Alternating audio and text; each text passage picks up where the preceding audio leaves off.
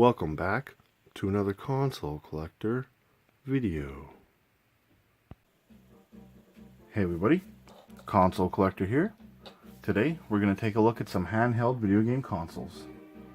We're going to take a look at some popular and known handheld consoles, as well as some unpopular and obscure consoles. Some of them you may recognize, some you may not. We're going to start with some of the more common and known consoles and work our way to the more obscure, so be sure to check out the end of the video to see some really cool and obscure consoles. Also at the end, let me know and let everyone know which is your favorite handheld console. So we're going to kick it off with one of the most famous and popular handheld consoles of all time, the original Game Boy. Pretty iconic looking design. It was a monochrome kind of greeny and black screen, no light in it, battery powered, bare bones, but it did the job and it was a lot of fun. They took cartridges like this, pop it in the back there. Very iconic and great little system. They did a revision later on, and it was the Gameboy Pocket.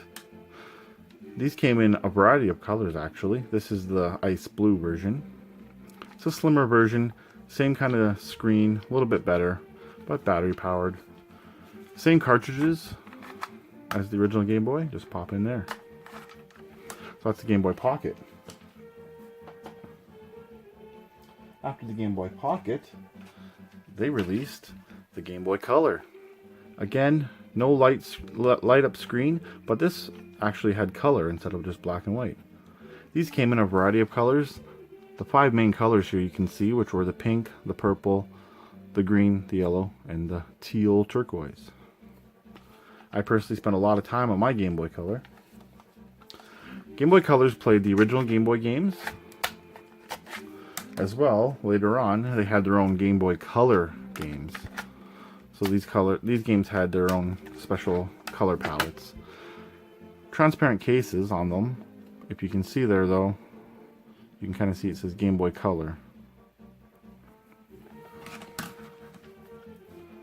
Next up, we have the Game Boy Advance.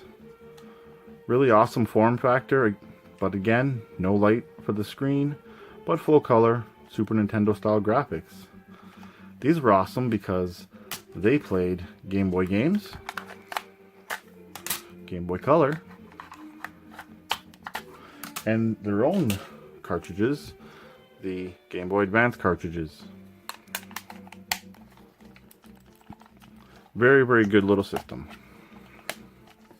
Before we move on to the next one, I actually have here a modded Game Boy Advance original version. This particular one has a backlit screen. It's a pretty cool mod that's fairly common nowadays. If you're like me and prefer this form factor, I'd highly recommend a modded Game Boy Advance.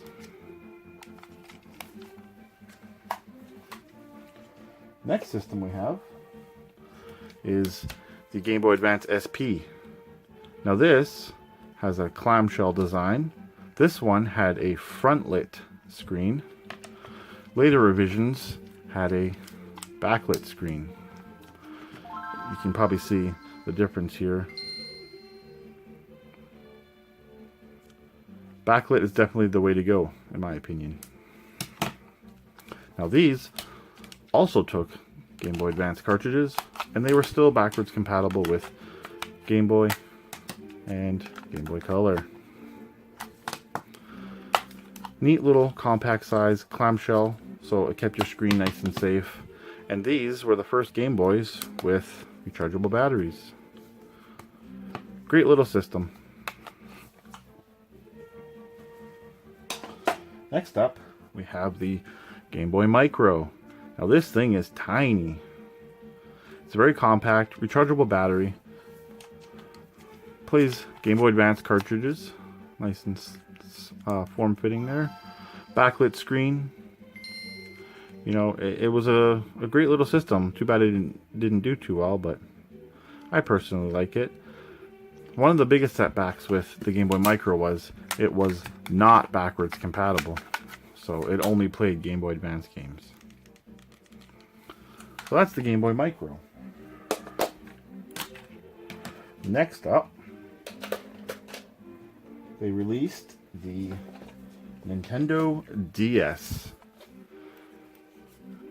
This was touchscreen, rechargeable battery, pretty innovative at the time.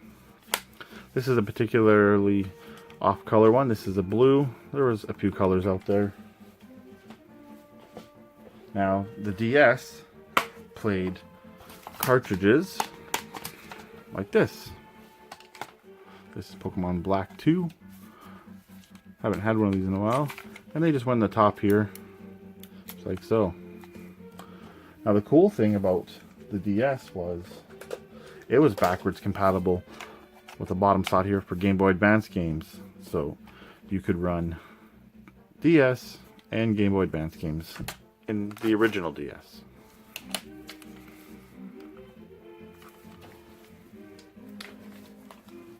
They did a revision of that, which is the DS Lite. This again, clamshell design. It has backwards compatibility with Game Boy Advance, as well plays DS games. This is a Palkia and Dialga Pokemon edition. Lots of colors in this system as well.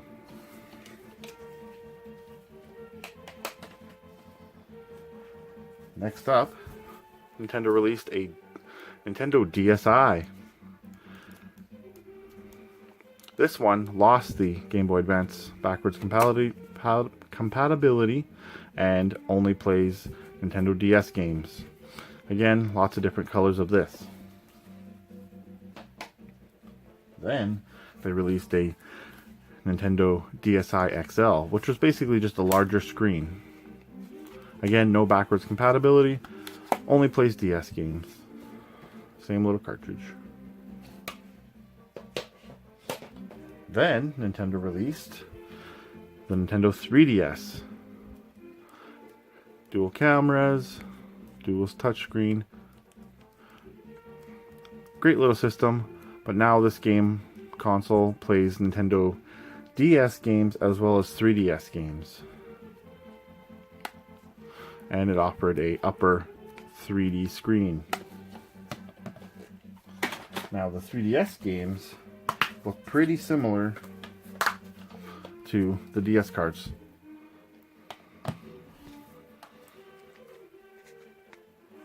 The 3DS carts just basically have this little tab on them, and they're a different color. So again, the 3DS plays both of those. Then they came out with a Nintendo 3DS XL. This is a very awesome Smash Bros. Edition. It's basically just a 3DS with bigger screens. Again, plays all DS and 3DS games.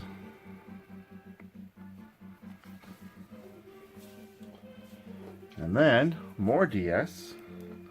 They released the new Nintendo 3DS. So essentially it had a faster processor. It has this little nub for a second little thumbstick kind of deal. And this is the normal size of the new 3DS. In Nintendo fashion, they released a new 3DS XL, which is basically a new 3DS that just has bigger screens. This is the Majora's Mask version. Also, in all this chaos of handhelds from Nintendo, they had the Nintendo 2DS, which was this really neat wedge design. I personally prefer this 2DS over the 3DS styles, all versions, just because of the form factor. It feels like an old Game Boy to me. This also played all DS and 3DS games, except it didn't have the 3D support. And then finally in the DS line, they had the new 2DS XL, which brought back the clamshell design. Again, plays all 3DS and DS games. This particular DS though has a little hidden compartment for your micro SD card and your game, which I kind of like. That keeps it safe in there. Not too shabby. Alright, before we move on from Nintendo consoles, I want to take a look at some old Game & Watches. This is kind of what started the handheld genre, at least for Nintendo. This particular one is the Mario Bros. Basically just like a fixed image on the background. You'd have a little like static guy moving around. Pretty basic, but for the 80s, early 80s, it was pretty cool. There were so many different Game & Watches. They had clamshell designs like this. They had little form or fixed form versions like this. This Mario Bros. One, little kickstand. So many different Game & Watches. They even had a really cool Zelda one here, which I got in the box. And it was like a DS style. Oh, upside down. Had dual screens. So yeah, very, very cool Game & Watches, and lots of different ones. Game & Watch.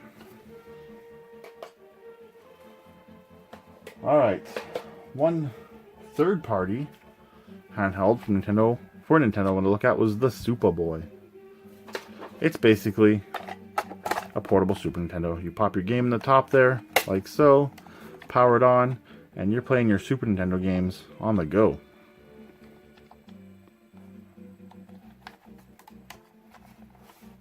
Pretty cool.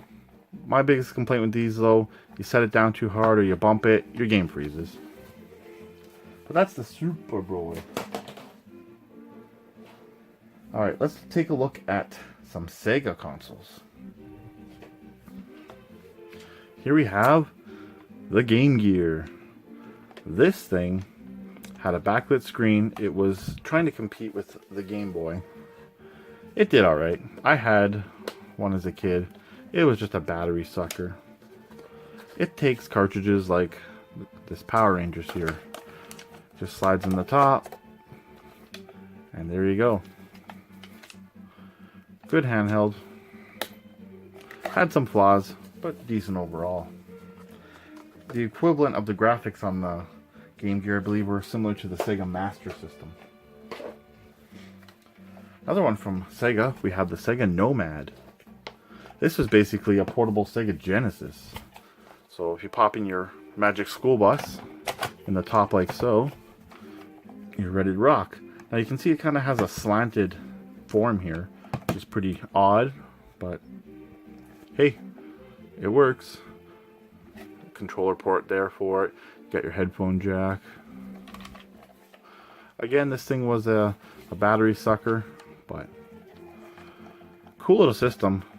Came out kind of late, I heard, though. I never had any experiences with these when I was young.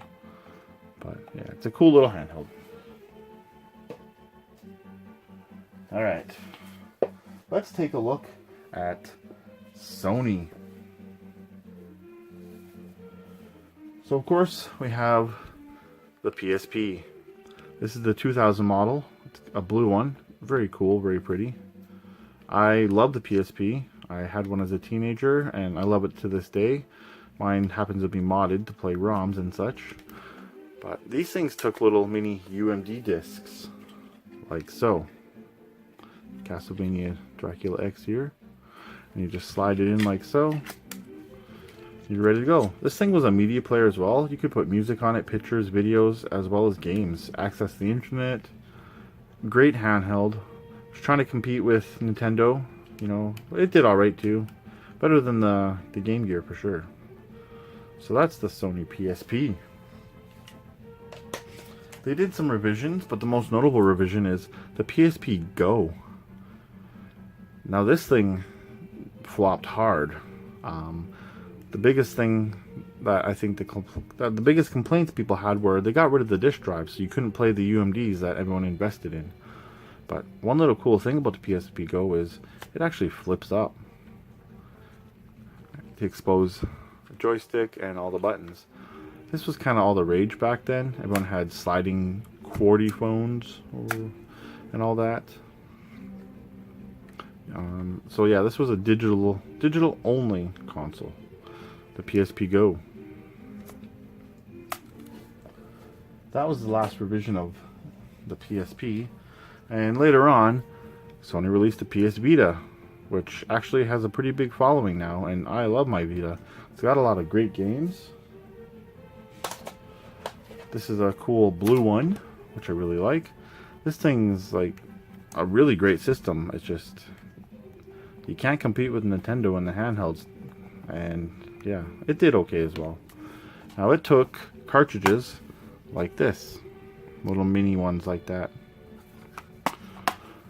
You'd actually be pretty surprised at the graphics on the Vita too. They're like PS3 style graphics. This is a great handheld, a great system, and I still think it's worth playing today.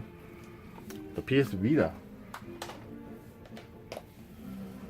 Now, before we move into some more obscure consoles, I just have to quickly talk about, obviously, the Nintendo Switch. It's technically a handheld and a home console, but yeah, it's a handheld, and I have to talk about it. It's a great system. It's selling like hotcakes. Get a Switch. It's worth it. They're awesome. The Switch happens to take little cartridges like this, for those that don't know. Don't lick the cartridges. So that's the Switch.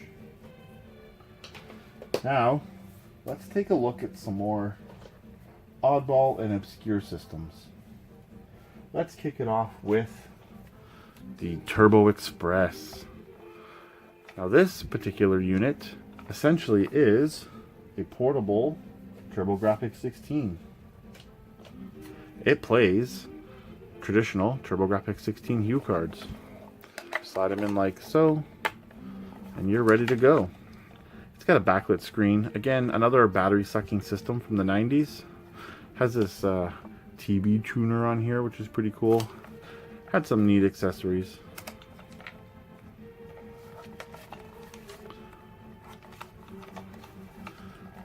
This is a fairly expensive system these days. Did not sell well, but a great little system and a great way to play your TurboGrafx-16 games on the go. So that's the Turbo Express. Now let's take a look at something really odd. It's a little large to fit in the frame, but this is the R-Zone. You can see that there. It's basically a like head strap game to play Tiger handheld games. It's pretty awful. I have tried a friend's, but I don't want to open my sealed one. It takes cartridges like so. If you really want to know about the R-Zone, the Angry Video Game Nerd did an awesome, hilarious episode about the R-Zone. So here you can see how the kid wears it. That's essentially how it works. The one I played was absolutely awful. Not gonna lie. It's technically a handheld.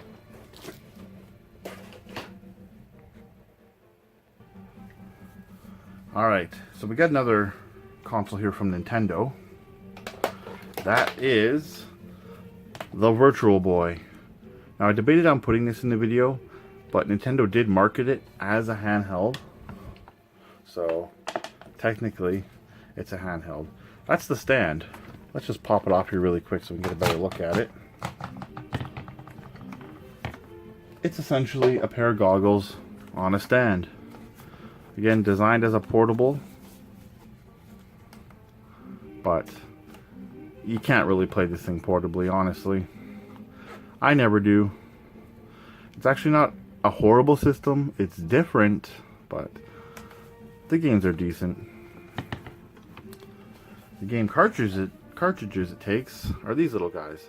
They have a little protector on here, like so. This is a really awesome Japanese only survival horror game on Virtual Boy, by the way. Highly recommend it. And now the cartridges slide in the bottom of it like so.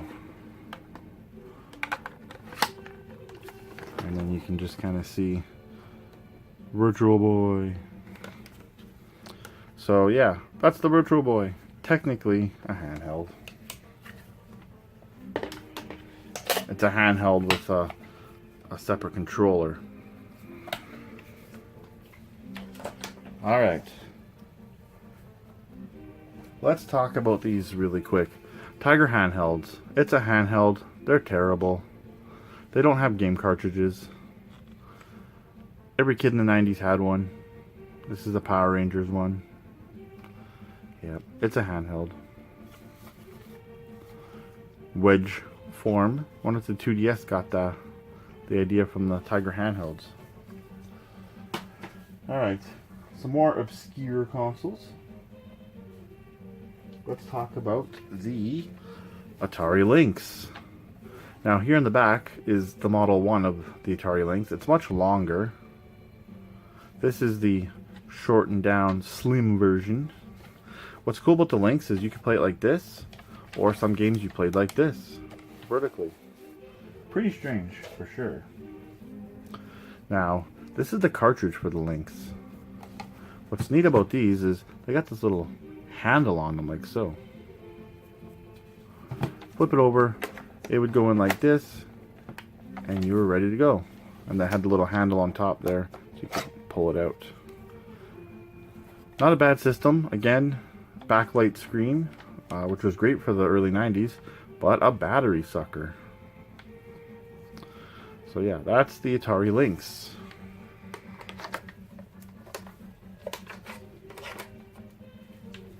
I just realized the cartridge actually goes in like this. I'm just dumb. Not like this. So before anybody leaves in the comments that I put it in wrong, I did. It goes in like that. Alright, more obscure consoles. This here is the SNK Neo Geo Pocket Color with the cool Neo Geo style clicking thumbstick. It takes cartridges like this, similar to Game Boy Advance, just a little bit larger. Slide it in the back there. Ready to game. Now these were like the Game Boy Color. Color graphics, but no backlight, no light at all. There is a modding community for these, which I don't want to mod mine, but they can be modded to have a better screen. And these are also battery powered. That's the SNK Neo Geo Pocket Color. Getting down to the wire here. So let's talk about another oddball. This here is the Gamecom from Tiger. It's a touchscreen system with a stylus, which I've thrown around. So, pretty ahead of its time. It's not very good. Again, watch the Tiger Electronics episode of ABGN if you want to know more about these. Pretty slim, actually. Again, it's like a Game Boy screen. It's not, no light, no color, but it gets the job done.